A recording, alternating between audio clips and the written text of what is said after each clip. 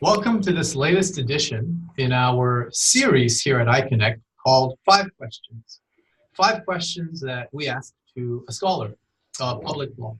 And today we're joined by Sabrina Ragone, a professor of comparative public law at the University of Bologna.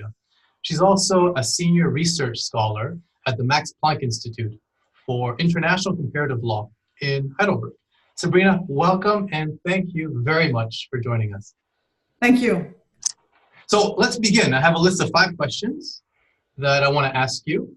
And the first question is, what is it that you're researching and writing right now? Well, that's a nice and terrible question at the same time. It's nice because I like all the projects that I'm working on, and it's terrible because I have so many, and then I just start thinking about all the deadlines that are approaching. But right now, in this period, I am completing a paper for a special issue on economic inequality concerning the role of domestic executives in the financial crisis. Then I am finishing a book chapter about constitutional adjudication, constitutional amendments on procedural grounds for the proceedings of a conference where I was a speaker last year in Santiago de Chile. And then I'm also working on my paper for the conference that you are co-organizing, Jindal Global Law School, in a couple of months on the basic structure of the Constitution. In 2019, so this year, I will be working on a project of the Max Planck Institute for Comparative Public Law and International Law, where I used to work, as you mentioned. And the project is related to the Ius Publicum Europaeum project. And I will be working in particular on a book dealing with constitutional foundations of some European countries. And the editors of this book will be Armin von Bugdandi, Pedro Cruz Villalon, Peter Huber, and myself. And this European approach to comparative law is also the focus of a Jean Monnet module that I won last year, which deals with the multiple crises of European integration, namely finance, migration, and the rule of law. That's it. You have a lot on your plate, Sabrina. I do. So with all of these things that you have on the go in your writing and your teaching and everything you do, how and when do you write? Do you have a routine, or do you just write whenever and wherever the time comes up? Honestly, I do not think I have ever had a proper routine. I prefer working at my office than from home. And I got used to that when I was a research fellow in Madrid at the Center for Political and Constitutional Studies, because my first office there was facing the Royal Palace. And it would have been such a pity to miss on that amazing view. But in general, I can work everywhere, stations, airports. I can work from libraries, cafes, wherever and whenever I need to. And when it comes to writing, I usually collect the materials, then I organize it. And after I finish that process, I start writing. Okay. And when did you know that you wanted to be a law professor?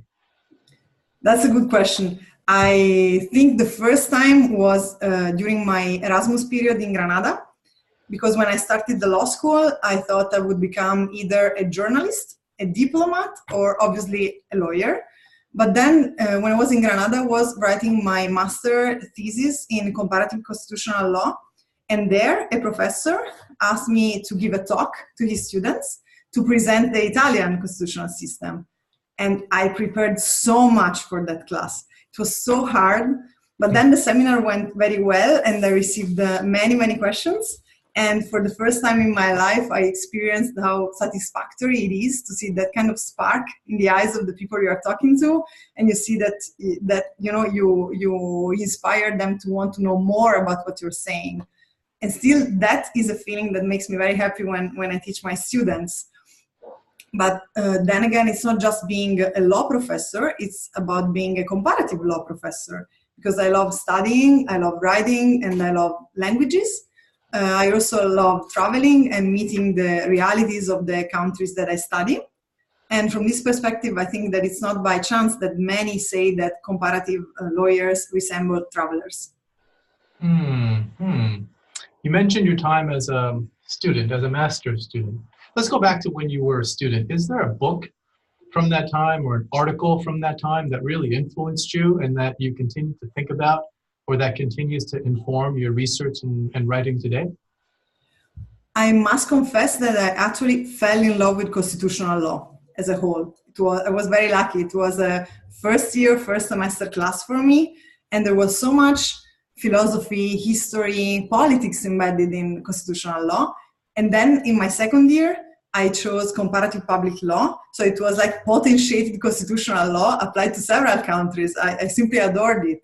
And when I was a student, I would say that many readings were very important, from the classics of Italian public law. I could think of Mortati, Santi Romano, Paladin, Martinez, Massimo Severo Giannini, and also probably Alessandro Pizzorusso, who was still the director of the PhD program that I attended a few years later.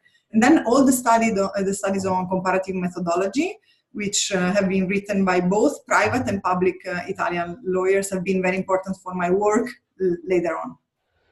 So we've talked about the work of others. Let's talk about now your work. Is there one publication, either a book or a chapter or an article, that really means a lot to you and that you'd like to highlight for our viewers? When you do that, when you tell me what it is, I'll ask you later on for a web link to that paper or book or chapter, and I'll share it with our readers so that they can download it and learn about your work. Okay, perfect. Well, this is a very tough question. Instinctively, I would probably reply my book on constitutional adjudication and constitutional amendments from a comparative perspective. That book was published in Italian, and then a Mexican publisher decided to translate it into Spanish. And that's the book that actually opened the doors of Latin America for me already 7-8 years ago. And then it was also a challenging project because it was the first extensive study on this issue, which is now much more popular also from a comparative perspective. But in general, probably all the publications that somehow closed a phase in my academic and personal life are very dear to me. I could also mention a book that I edited in 2015, which was about the use of scholarship by the Spanish Constitutional Court. And this was a part of a wider project funded by the Italian Ministry of Education, which was related to the relationship between scholarship, let's say scholars and judges. But today, I would probably choose the book that I edited last year for Routledge concerning managing the Euro crisis. That book collects the results of a 4-year project that I carried out in Madrid and then in Heidelberg. It was a very interesting experience because I was the coordinator of the project and I was the only lawyer. The other authors are all political scientists. So we decided to adopt a sort of combined methodology, both empirical and theoretical. And for instance, for my chapter on Italy, I had to conduct interviews at the office of the Prime Minister. You know, I had to adopt a new approach, very different from the ones I was used to.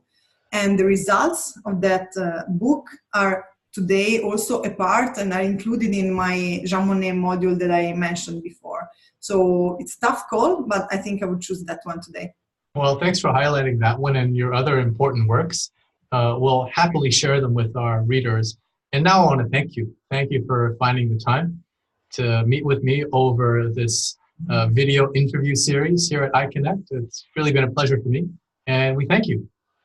Thank you, and see you soon. Bye-bye. Bye.